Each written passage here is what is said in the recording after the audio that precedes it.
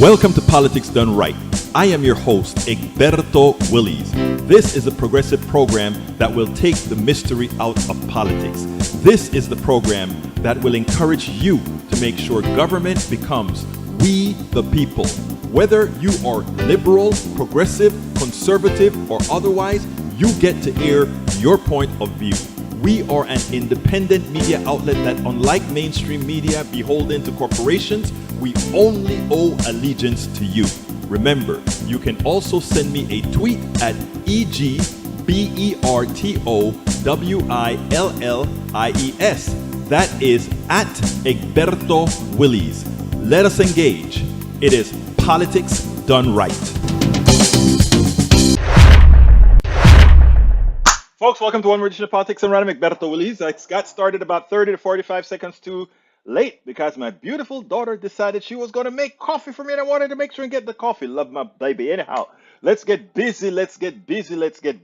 I have a long interview, so I'm going to get into Rudnin stuff right away. But beforehand, I want to say welcome on board, Michael Rudnin, the first one in the chat, as well as our wonderful, beautiful Yvette Avery Herod. Hello, Yvette. How are you doing today? We have a great interview. I'm going to play that today, but let me get to Rudnin real quick. U.S. identifies more than 50 Native Americans boarding schools burial sites. I just saw that.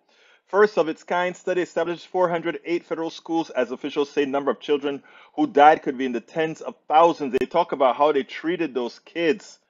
Same thing happened in Canada. They had a commission to take care of that in Canada. Michael Ronan also says, U.S. counts Indian boarding school deaths for the first time, but leaves many questions unanswered. The Interior Department documented more than 500 deaths of indigenous children, but it's far from a complete count. It's good. I interviewed the Secretary of the Interior who is doing this right now. I don't remember her name. Oh boy, I'm getting old. I don't remember her name right now. Maybe Redden will have it in his piece. Anyway, I can't read the whole thing because I got to get to the interview. Thank you, Rudnin, for doing that. Let's see. Eric Hayes says the great results of our local library. That's for another time. Paul Fleming, welcome aboard. Bruce Pollard, welcome aboard. Did I miss anybody before I get busy? Let's see. I think I have all those that have chimed into the chat. Bridge FCP, ¿Cómo estás, mi corazón? Welcome aboard. Okay, I'm going to go to the interview, then I'll be right back. But it's a fairly long interview, and that's the reason why I want to go ahead and get it started right away. So let's get what again? We're going to get busy. With us today is Dr. Andrew Bard Schmookler, PhD, a prize-winning author, former Democratic candidate for Congress in Virginia's very red Shenandoah Valley, former talk radio host, summa cum laude graduate of Harvard University, PhD awarded with distinction in a program specially created to accommodate its original theory explaining how civilizations is developed, and a frequent columnist in newspapers throughout the United States of America. It is my honor, Andy, to have you with Politics Done Right. How are you doing today? I'm doing okay. I'm looking forward to talking with you. Well, before we even get started, I want to first commend you on that speech that made it all over Daily Kos, etc., for somebody who understood the dire straits that the country is in right now and was able to tell the truth about the parties, period. How are you doing today?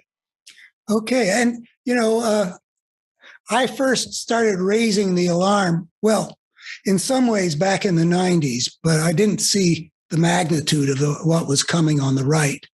But starting in 2004, I started saying, this is not normal what's happening on the right. Something is taking over, which we got to be. And I've been full-time on that, but people for a long time thought I was being alarmist because the liberals were very slow to recognize that this wasn't politics as usual. And so I had a lot of friends who, once the thing blossomed forth in its full toxicity with the Trump presidency, they say, I mean, it's nice to have people say you are right, but it's not very much fun to watch to be right when something so dark is coming on. What is ironic is that I re-listened to, because I saw your stuff at Daily Kos. I'm a featured writer at Daily Kos, or had been a featured writer at Daily Kos for some time. And I saw your piece at Daily Kos, and I re-listened to it today before I came on to interview you. And what I found interesting is, in as much as you were forward looking and you could see what was going on with the Republican Party, which you stated specifically that it's not the party of the past Republican Party, which actually has a good history relative to civil rights in the 60s, etc. You pointed out that it wasn't the same party, and ironically, it's so much worse as far as the consequences upon America than even how you expressed it then. Well, this was back in, we should tell our listeners that this speech that you're referring to was delivered the night before Labor Day in 2012. Right. At a big banquet in this congressional district where I live. So it wasn't fully it wasn't fully formed. I mean, we had seen that decent Republicans, more or less, like John McCain in 2008 and Mitt Romney in 2012, had to deform themselves in some ways to win the nomination. We could see that that between Newt Gingrich and Fox News and Rush Limbaugh and then Karl Rove, that the Republican Party was becoming something quite destructive. Nonetheless, it hadn't so completely taken over the party as it has in the years since that speech. So you're right. It's gotten darker. What I like about what you do is that you believe in the human story, and I want to get there a little bit later about a better human story. But before we get there, I want to touch on a few topics of the day. First of all, where do you see us going as a country with us being so close to a Republicans turning us into a fascist state if 2022 result is what some expect it to be? Well, I'm very worried about it. I've been following world events and American events closely since 1956, which tells you a little bit about how old I am and also how young I was when I started being interested. So I've seen enough history and studied enough history to know that we don't know what's going to happen. But it was a very close call in the 2020 election.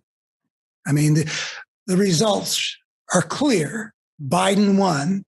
But just like in 2016, if you could shift, a fairly finite number of votes in a 40,000 votes, my friend. In fact, the Biden won the Electoral College by less than what Hillary Clinton lost the Electoral College. Oh, I thought it was pretty much the same. But anyway, I'll defer to your factual knowledge about this. But in any event, we don't know what's going to happen. And this morning, I'm writing a piece for the Democrats to use to turn around what seems to be about to happen. I mean, the futures markets and the polls are saying that the Republicans are going to get rewarded by the American people for behavior that should have been considered unthinkable by an electorate in a democracy. And it's unclear to me how much is that because they don't really understand what's going on. They don't see that this party is assaulting our Constitution, our constitutional order in a multi-pronged way, or is it they see it, but they don't care? And I don't know what the proportions are of those two things. I want to posit something. Progressives in general, they see it, they've seen it for a long time, and they continue to attempt to campaign in a manner that says we are going to be doing these things for our people. We're going to make sure that corporations, et cetera, do their part to make sure that they don't control our body politic. However, I think there's a neoliberal strain in our Democratic Party that simply holds on to the status quo because they know if the train gets rolling on the progressive end, that is what most people want. That is what most people desire, that sort of equity, etc. That's my hunch, and I would love to hear your thoughts on that, because I don't think I am all that smart or know that much more than any good progressive or good Democrat out there to understand what's going on. So my contention is that these people are not dumb. They just realize that if people start to see what a true democracy looks like, we just may get a true democracy.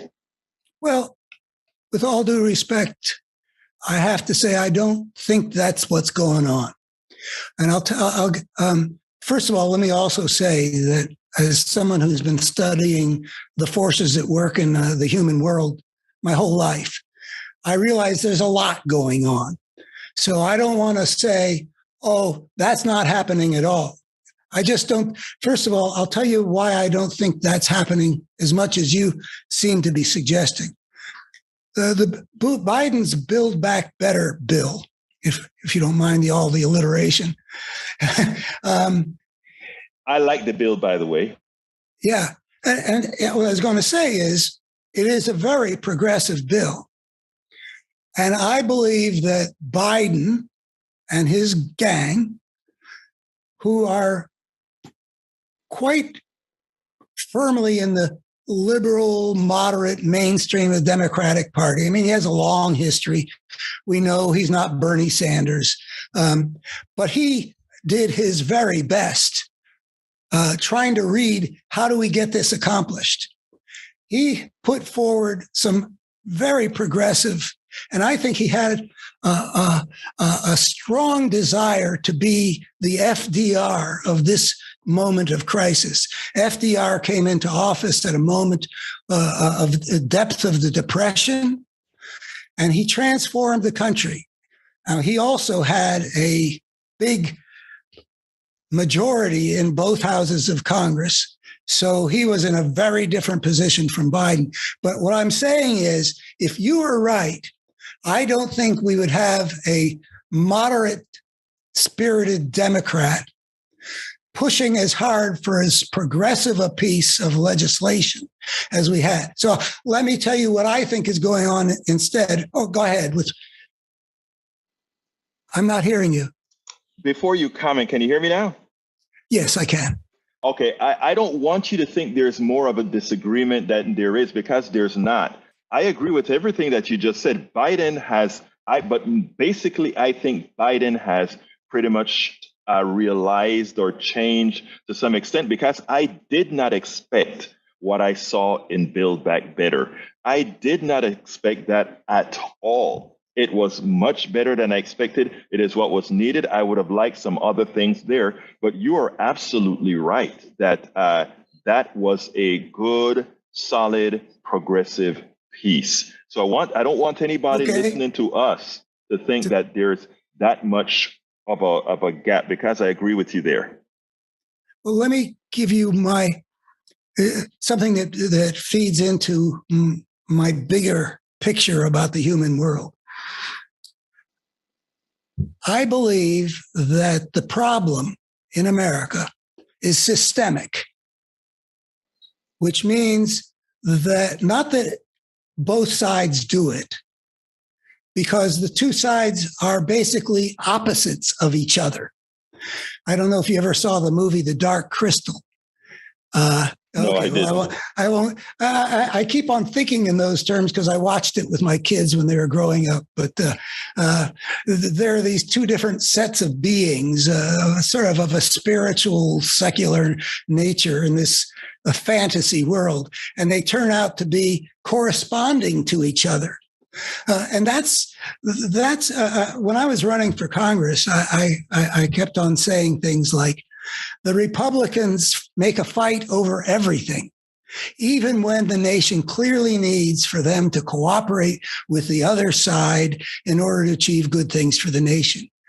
And the Democrats don't fight over anything, even when the nation clearly needs for them to fight against what's taken over the other side. So I don't know how many times I've used that line in writing or in speeches, but what I think the liberal side's problem, and I've been dealing with this. In 2005, I became a blogger. I had my own.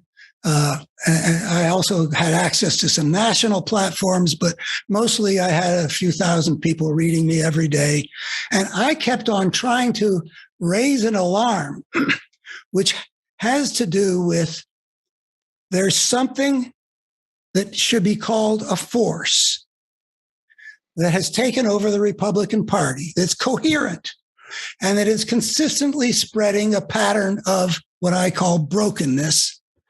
And that is my definition of evil, a coherent force that consistently spreads a pattern of brokenness in the human world. And so you don't have to call it evil. And I know from years of experience that liberals don't like the word. And there are a variety of reasons. I think it's a useful word because it helps us understand what we're up against. And my 2015 book is What We're Up Against, the destructive force that at work in our world and how we can defeat it. That's the title of the book. I have found two things. Liberals don't recognize what we're up against.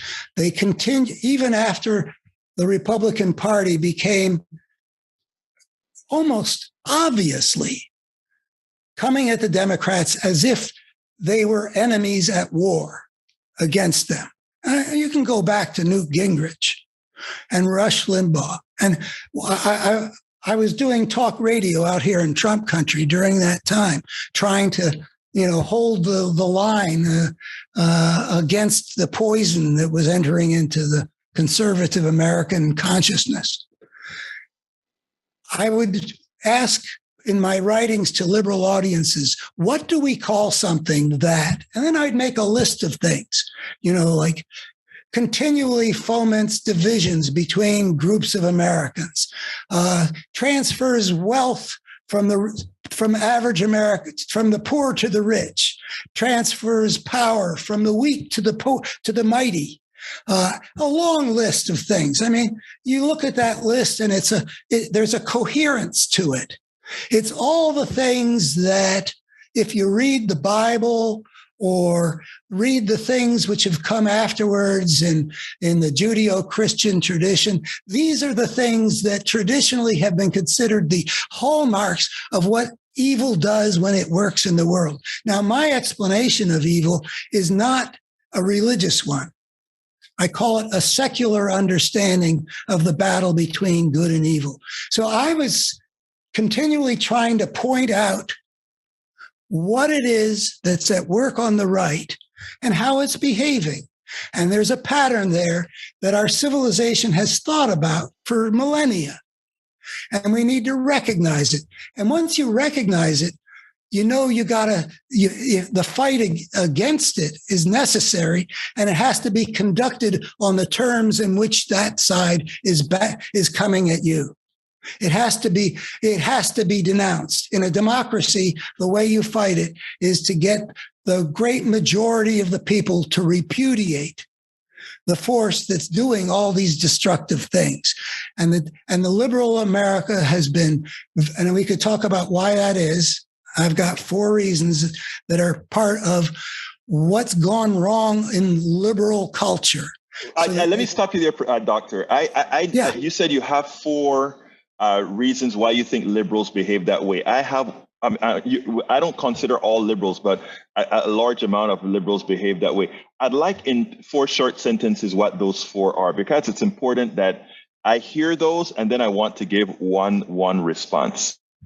Very good. I appreciate that intervention. All right. First of all, there's an aversion to fighting. Part of it is philosophical, and part of it is fear. The will to fight the Ukrainians are showing influences the outcome of the battle. Second one, the way liberal culture, and I'm generalizing, but I grew up in liberal culture. I was educated in liberal culture. There's an attitude toward moral judgment that, it's a matter of opinion. It's bad to be judgmental. I could go further into that one if you wanted.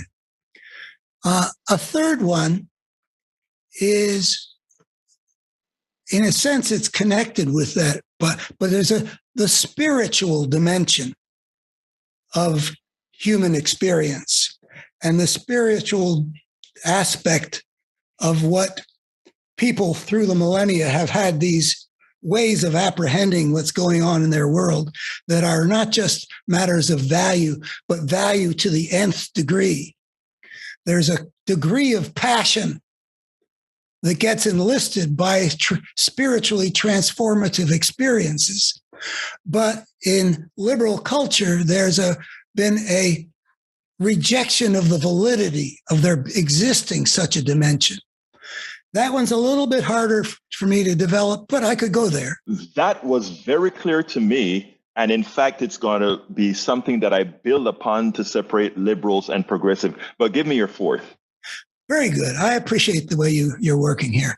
The fourth one is really big for me because when I first had a website back in the 90s, I called it Seeing Things Whole, putting the pieces together, seeing the connections, tracing the lines of connection that are formed in the network of causes and effects. When I was getting educated, there were theories of the human world. I think of Freud and Marx in particular that I encountered that were influencing a lot of the way people understood what was going on in the world. There's nothing like that in the intellectual climate of our times now, where of the kind of people who used to be either thinking in Marxian terms or in Freudian terms, they have lost traction for some good reasons, but they've not been replaced. And I have tried to put out a way of seeing things whole. That's what my life has been devoted to. And I have discovered there's not a market for it. Human story. Yes. Starting in 1970, I saw a really big piece, and my whole life story has unfolded from what I saw one day in 1970, including that's how I got my PhD, including my first book and all that. So if you don't see things whole, if you just see things in terms of one damn thing after another, what's in today's newspaper, Roe versus Wade, or the use of the filibuster, or whatever the thing is, you don't put the pieces together, then that question I was asking, what do we call something that does X, Y, Z, and Q? It doesn't compute if you're not in the business of seeing how there is a pattern here. Like prosecutors talk about a pattern of conduct, in which the particular thing the guy did, seen in the pattern of conduct, you can see what it signifies. Well, the Republicans are daily showing a pattern of conduct. They have been for many years. And if you aren't in the business of seeing things whole, but just in terms of the concrete, the specific, the particular, the news of the day, you're not going to see that what we're engaged in now in the political realm is really quite reasonably understood as a battle between good and evil. Or if you don't like those words, there's other ways of putting it. Dr. Smook, I have a problem with your name, Schmookler. I always kind of mispronounce it, but I'm sorry about that. Here's the deal. I think one of the reasons I really wanted to talk to you, right, is in reading up some of your stuff or whatever, you get it. And what I mean is as follows. you claim that a lot of people, a lot of liberals right now, they still think in this sort of a sphere, and it is in effect the elitist sphere. People don't like to use that word, but it's where they are heavy and deep thinkers. Well, you are a deep thinker, but the missing part is most people don't look at daily life with deep thought. They don't have to. It's about bread, butter, and how to survive that day. Republicans understood the simplicity of that, in my humble opinion, and used that against liberals. Progressives, on the other hand, in my humble opinion as well, they've adapted the same theology. It's not theology, it's reality of the thinking liberal, and expressed it in the form that, again, helps the other man, helps the other person, the other woman. In other words, they broke it down into a form that does good value. We look at what progressive stands for. We look at what President Biden did with Build Back Better. He could connect the liberalism with what actually works. Now, I think when I think you initially thought I was putting too much into the liberal who goes out there and wants the status quo and believe in what I always call neoliberalism. The difference is that sect uses that as a division between the liberal and the progressives, which the evil that you speak about in the Republican Party can take advantage of.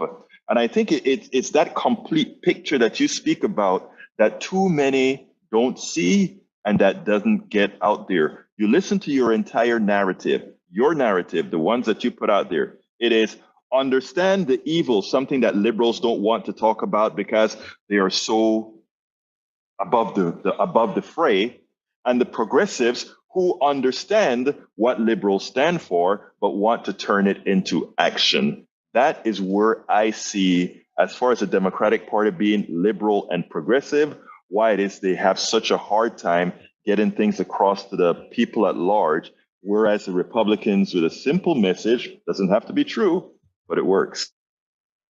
Well, like I said, there's room for a whole lot of things to be true. I try to get the whole picture, but I know the whole picture is way bigger than anything I can get. Though I keep working at it. For me, the distinction that it seems important to you between the progressive side of the democratic world and the whatever you want to call the other more moderate side. The liberal side. I don't know how important that is in, if we had a complete understanding how big of a thing that would be. In my understanding, it doesn't figure very prominently. We all we maybe that is because you see the big picture. I'd like to think that, but in any event, since you're interviewing me, you're pulling out of me what I've got to offer. So I'll continue to offer what I've got. What I've got is a sense that human consciousness is a profoundly malleable thing. If you're in some New Guinea tribe that believes in certain kinds of magical things, that understands the natural processes in ways which have nothing much to do with the scientific approach that is developed first in Western civilization. Now it's kind of global over the last 500 years since, Copernicus and Galileo and Newton and all those people. You're looking at the world and you're seeing something completely different from my college roommate who's a MD, PhD, who is in biochemistry and evolution and, all that stuff. We can see a human being comes into the world. You and I are speaking in English. We could have been speaking in Mandarin Chinese if we'd been born someplace else. We're ready to be a lot of different things.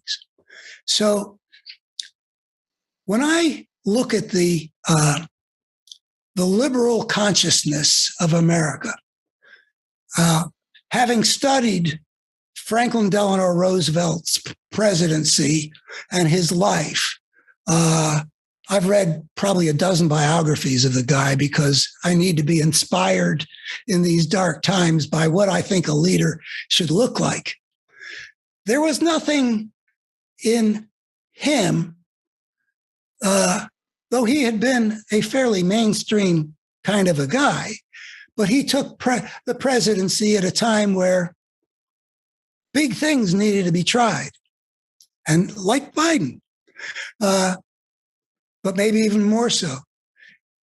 When you have a president who in 1936, talking about the malefactors of great wealth, says, "And I welcome their hatred," you don't see that there's something in the liberal spirit that somehow shrinks from a fight. But when you've got something like what we see now, where Democrats continually get abused by Republicans, and yet you see them on TV talking about my friends across the aisle, when they seem to think that despite years and years of evidence to the contrary, they're still dealing with something normal. They haven't perceived that there's been a fundamental change. I mean, I was not happy with the presidency of Ronald Reagan or the first Bush, but they were still normal within. I mean, there's no way that they would have supported a coup d'etat. I mean, even before Trump became president, we had the grandchild of Barry Goldwater saying her grandfather would never have supported this party. So there was something in the consciousness of the people, most of the people that were elected Democrats, that got in the way of perceiving reality. Not because they were attached to the status quo. They wanted to win. But the way they campaigned in 2010 in the midterms, abysmal. The main point of that moment was the Republicans were doing everything they could to make the president fail. There's no way that's defensible, but they ignored it. Same in 2014. They were blocking everything Obama proposed. Obama had retreated into the White House. Nothing legislative could be achieved, just executive actions. He was like somebody who had been forced out of his lands and into the castle.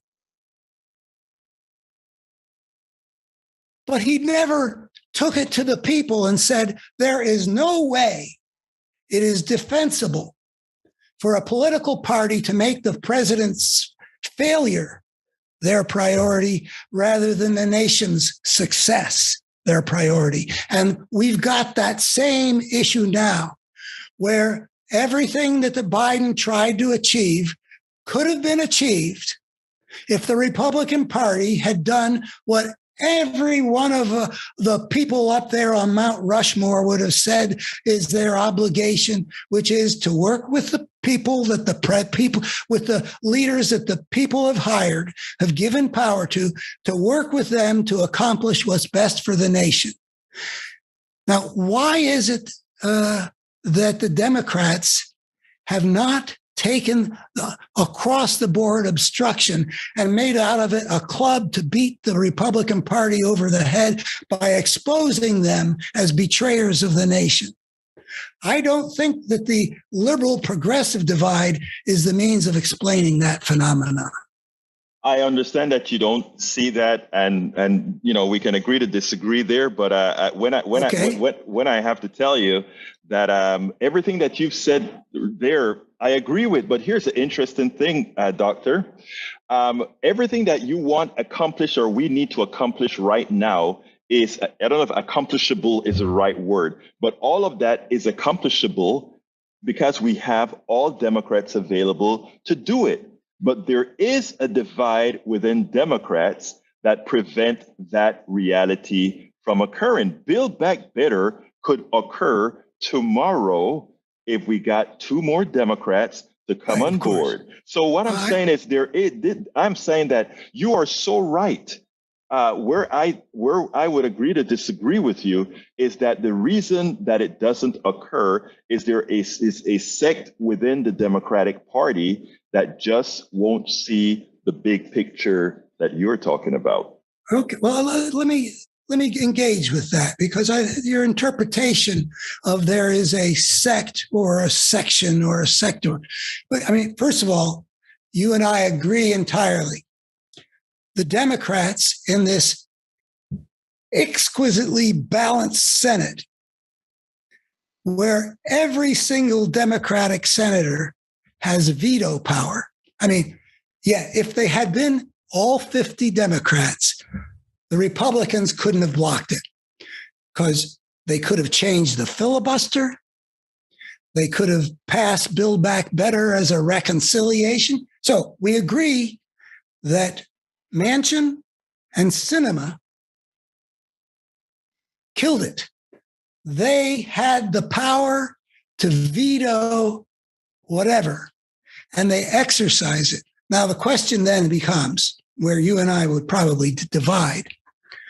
Why did they? And if I understood you correctly, your explanation is Manchin and Sinema represent a point of view, contrary to the progressive point of view, I gather, though you didn't say it in those terms. You're absolutely right, though. But I don't see it that way. I mean, 48 Democrats were ready to do both of those things, kill the filibuster, pass Build Back Better. 48. They were people who were included people who were just as moderate as we went into the session imagining that Sinema and Manchin were. I think that something much darker was going on. I don't think it's a point of view thing. I actually think that there was if you were running a force of evil and you owned the Republican Party and you saw how the Senate was organized and how all you needed was a single defection and you could paralyze the Democratic Party. You could get stuff through the House, but you could block everything in the Senate. Between the inability to get all 50 Democrats on board and the resolute across-the-board obstructionism of the Republicans using their minority rule tactics with the filibuster, you could block everything. All you got to do is get a couple Democrats on board, and they sort of pass the ball back and forth. Manchin would kill X, Sinema would kill Y, So I don't think that there's a matter of ideology or where you put people on a liberal to progressive spectrum involved here. Something much uglier going on. I don't believe it's beliefs. It's interesting that that I think all these guys on the Democratic side pretty much have the good belief that they want to help people. I don't disagree with you there at all. I am saying that if you are willing to effect what you already define as evil, because that is what they've effected evil on the American people by denying them Build Back Better and allowing what has gone on. And that is your description. That is, in fact, evil, what they have allowed to foment. And you can say that, well, maybe there's something else happening under there. I mean, these guys, there are good people who would say, I will give up my political career to do what's right for 330 million Americans. And that would be rewarded. And everybody knows that would be rewarded, whether politically or otherwise. But it's a lot deeper than that. But, Doctor, I could speak to you for hours. And since I don't intend to edit this program because you're so good in all interpretations that you've given me so far, I have one last question, and it's going to be a twofer. What would you have liked me to ask you that I didn't ask you? And give us a quick snapshot of a better human story. And let's close this baby out. Well, my reason for going into the podcast world at this point is that I'm 76 years old. I'm in fine shape, but who knows for how long. I have seen something quite clearly about what's happened to the human species since we stepped onto the path of civilization. This is that thing that was back in 1970. And I've worked for the last half century to build upon this. And I think it's important to get it out.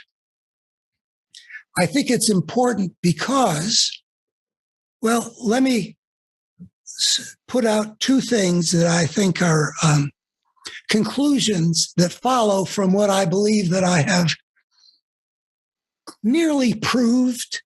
I mean, in sort of a mathematical kind of a way. It's not something which is easily absorbed. It's sort of like there are a half dozen to 8 different steps, but each step is intelligible and I think kind of irrefutable. But they lead, if you take my picture of what happened, what are the forces that get unleashed when a species extricates itself from the niche in which it evolved biologically by inventing its own way of life, which is what our species started to do in a serious way 10 to 12,000 years ago. So I show that there's a force unleashed that people didn't choose, but it's a function of the system. And I would love to talk with you about this in detail, but you want to wrap this baby up. So I'll just say what I think I proved there leads to these two conclusions, both of which I think would have a beneficial impact on our chances of surviving as a human civilization in the generations and centuries to come. First way I put it is the ugliness we see in human history is not human nature writ large. In other words, I think I can prove that we are better creatures than we can see by looking at the record of our history of the last 10,000 years. I believe I can essentially prove it. I don't prove that we are wonderful creatures. I don't know quite how good we are, but I think I can prove that there are forces at work that condemned us to unfold in a destructive way. That is the building foundation of a lot of other ideas that follow. But the second way I have of putting it, which is sort of the same idea, but from a different angle, I say that any creature on any planet, anywhere on the cosmos, that takes that step onto the path of civilization, extricating itself from the niche in which it evolved biologically and inventing its own way of life, and thereby, I'll just add parenthetically, creating anarchy, that any creature that takes that step will condemn itself to have to unfold a social evolutionary process as destructive and tormented as we human beings have done in the last 10,000 years. So that has beneficial effects in a couple of ways. You're probably aware that if a teacher believes that students are capable, they actually achieve more than if he thinks they're no good. But we live in a culture which for millennia have talked about original sin and the depravity of man. This is with a picture that we have imbibed through the cultural stream. if we start to understand that we are not as bad as we thought, we will be more capable of creating that better world. And the second way we benefit from what I'm trying to provide by my writings and by coming onto a podcast like yours, sir, is it can clarify the nature of the challenges that we face. The fact that we embarked upon the path of civilization has, from the beginning, indicated that eventually we would either have to get our civilization better ordered or we would destroy ourselves. And I regard it as a toss-up right now, which one we will do. And my framework for understanding the human story is one which clarifies just what our situation is. Dr. Andrew Bard Schmookler, PhD, thank you so kindly for having been on Politics Done Right. And I want to warn our audience, you will see him again to discuss in full a better human story, because he just got me and I wanted to continue for another hour to discuss what he was talking about. Thank you so kindly for having been on Politics Done Right. Well, it has been a pleasure. I've enjoyed your interviewing style, and I feel like we got good wood on the ball. Thank you. Well, folks, I hope you enjoyed that. I really enjoyed that discussion, and we are actually going to have, I'm going to set up a series with him. He has a lot of things he writes in several newspapers across the country, in magazines, etc. So I want to pick his brain, and he told me, yes, yes, yes, I want you to do that. So we'll be working together on some other issues as well. So I hope you guys enjoyed that. Anyhow, let me do my ask before I go into the continuation of the program, my friends. I'm Egberto Willies, as host of Politics Done Right, a progressive radio media show on Pacifica Network's KPFT 90.1 FM Houston that engages all ideologies. I found that our political angst isn't mostly ideological. There is a well-designed effort by many in power to control us. If we are at each other's throats, we are less likely to demand our economic and local wishes. In that light, I wrote 3 books. I wrote the first one titled, As I See It, Class Warfare, the Only Resort to Right-Wing Doom, to describe the entire economy in a manner we can all understand. It highlights why it was designed to pilfer most as it empowers a few, the chosen. The second book, titled, It's Worth It, How to Talk to Your Right-Wing Relatives, Friends, and Neighbors, take it to the next level. After understanding how the system pilfers, it is incumbent that we can speak to our peers to empower a change. The third book, How to Make America Utopia, Take Away the Economy from Those Who Rigged It, gives us a place to land. After learning about our economy that is dysfunctional for most and learning how to engage the other side, we point out what would make an economy that works for all. Each book stands on its own, but together they provide the full picture. Please consider getting one or more. You will undoubtedly learn, be entertained, and help us continue the mission with our blogs, articles, videos, and books. I'm Egberto Willies. Thank you, guys. So please remember, you can get my books at politicsdoneright.com/books. Whoops, wrong screen. politicsdoneright.com/books is where you get the books, and I'll pull that up on the screen in 1 minute. But as I pull those things up, I want to address Brother Rudnan. Rudnan, I saw as I played the interview, I did see some of the caustic comments in there. I'm going to tell you guys a little story in a little bit. Let me just ask you guys to please go ahead to politicsdoneright.com/books to go ahead and get our books. Alternatively, you can support us by going to politicsdoneright.com/PayPal. politicsdoneright.com/PayPal. We really need your support to keep what we're doing. I have a whole array of different great interviews that I'm working on getting, and plus, I'm going to be coming to you guys with a GoFundMe for my trip to Pittsburgh in August, because I'm going to be going out there to represent, again, Politics Done Right at Netroots Nation. And I hope those folks within 50 or 60 or 100 miles can come out and spend a day out there in Pittsburgh, where we'll, put you live interview and meet a whole lot of the big wheels out there. We're going to be out there having some fun. Anyway, please go to, I forgot to put this last one in. Go to politicsdoneright.com/support. I'm not going to mess with asking anymore today. politicsdoneright.com/support. I want to talk to you guys. I know you see some of the messages inside of the feed, and I saw them. Some of them are caustic, and some even kind of insinuate violence, etc. I've been on several boards, and on these boards, you know what? Let me play Jen Psaki because I wanted to show you guys one piece first, how she handled a reporter, and then I'll tell you my story to end the program. Because since I advertised it already, let's go ahead and listen to Jen Psaki.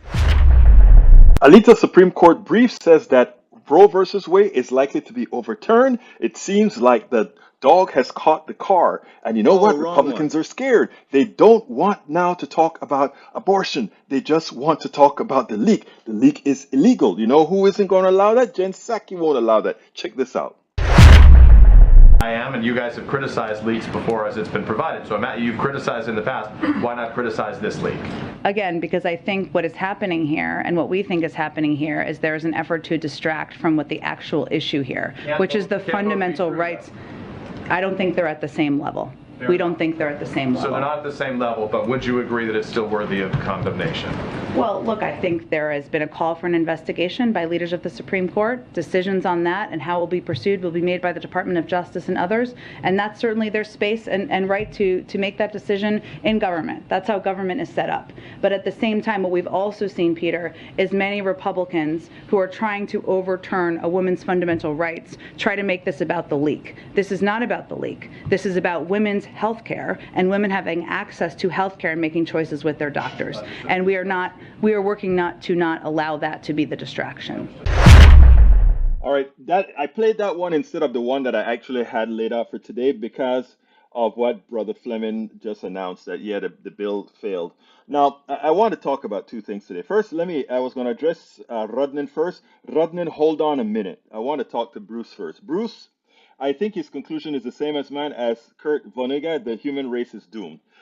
You'll see from Brother Andy that that is not his conclusion that we're doomed. His conclusion is we are doomed if we don't make a course correction. And that's what I am doing. That's what many people that are in the field that I'm doing. The folks who don't just want to polarize, but want to be frank, but at the same time entertain, hug, and talk to everybody else, what we want to do. What is that? Look, a few weeks ago, I put on a show where I said, and I sent a tweet out, I think it was a couple days ago, where I said that we have a distinct failure in our character, all of us, or not all of us, many of us, that we have a tendency to follow psychopaths and allow psychopaths to dictate the way. In other words, we are, as he said, he's proven that most people are good. When we live collectively, our goodness show, right? You get into an organization where all you're doing is giving and helping people, and you find that that is almost it's such a good feeling that we're all in this together, we're communing together, and we work together. It's the natural state, right? But there are these psychopaths that kind of put an alternate form into this that plays to some of our carnalities, right?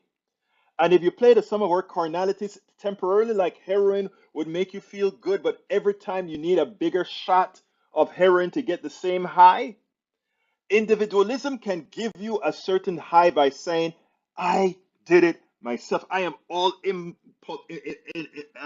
what a word is, you know what I mean? I am potent. I can do things on my own.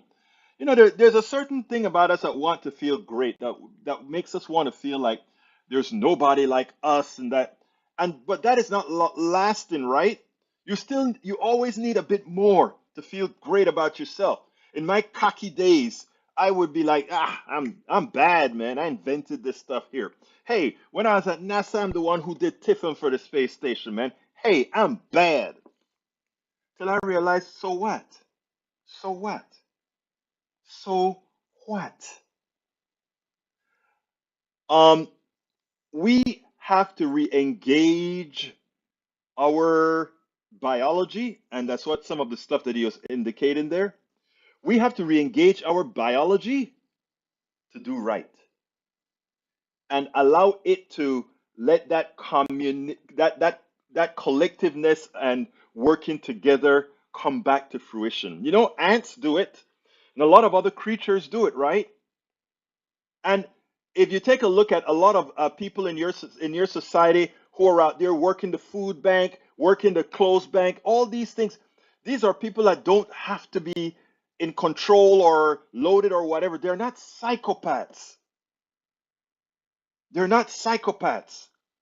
But we have a tendency to follow psychopaths. And it's one of the things I want to do is liberate us from, help us liberate ourselves from that, right? And then collectivism can come back into the fold. Now, going to Brother Rednan and the causticity that you saw with some folks in the field. I'm on several boards, and some of these boards can get very, very caustic, very caustic. And there was one particular board that I was on where one faction sued us. This was probably, I don't know, 10 years ago or maybe 5 years ago. And there was a back and forth all on social media and everywhere, people fighting against each other. And I was mum. I was always mum. And the side that I know, the good side that I was on, the side that really wanted to do what we were intended to do, not self, but intended to do. What I said was the following. I said, don't talk, shut up. And it took probably several weeks before people just had the courage to have people disparage them, have people destroy them on the internet, have people say the worst things about them, and just stay quiet and say nothing and let the evil dissipate. When I'm having a conversation, a positive conversation, not that we agree, but that we are conversing, I'll talk. I'll have fun. We'll converse. We'll have all these things. But when it gets to the point where you are just saying things about me and you want to encourage me to say things about you or others, it ain't gonna happen. That's the old me who fell for the whom? The psychopaths.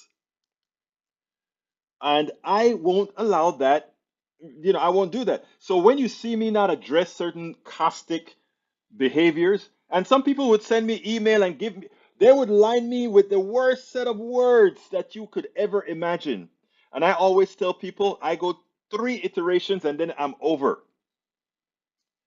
I would get these emails that are ranking, nasty, dirty, destroying me, telling me every negative word that you can think that you call somebody like me being called. My answer to these guys is I hope you have a better day. And you'd be surprised how just stepping back sometimes, it's not a sign of weakness, it's a sign of strength. Not to, I mean, I'm not, like I told you, if somebody punches me, I'm punching them back. They slap me, I'm slapping them back. But I'm not going to get into a verbal diatribe with anybody on, at all.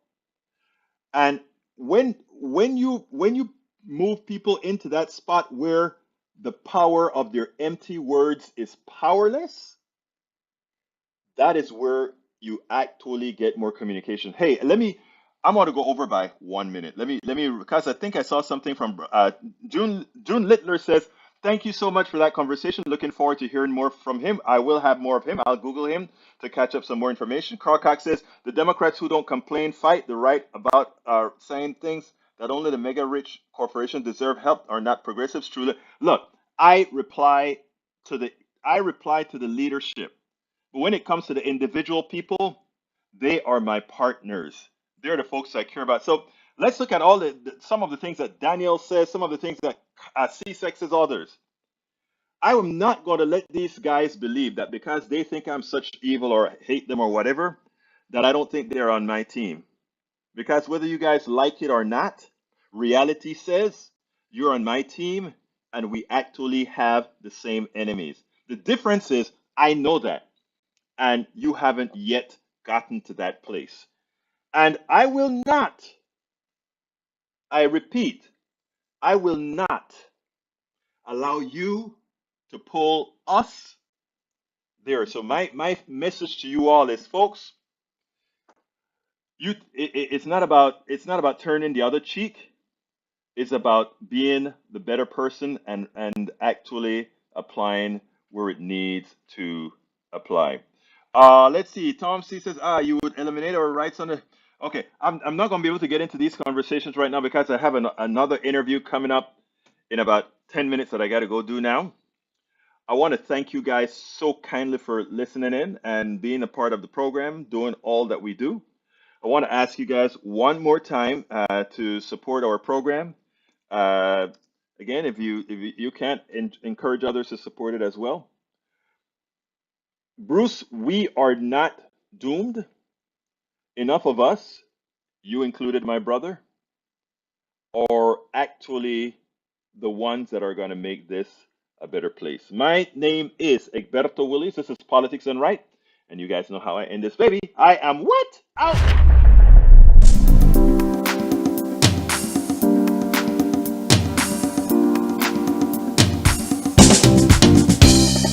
Welcome to Politics Done Right. I am your host, Egberto Willies. This is a progressive program that will take the mystery out of politics. This is the program that will encourage you to make sure government becomes we the people. Whether you are liberal, progressive, conservative, or otherwise, you get to air your point of view. We are an independent media outlet that, unlike mainstream media beholden to corporations, we only owe allegiance to you. Remember, you can also send me a tweet at EGBERTOWILLIES. That is at Egberto Willies. Let us engage. It is Politics Done Right.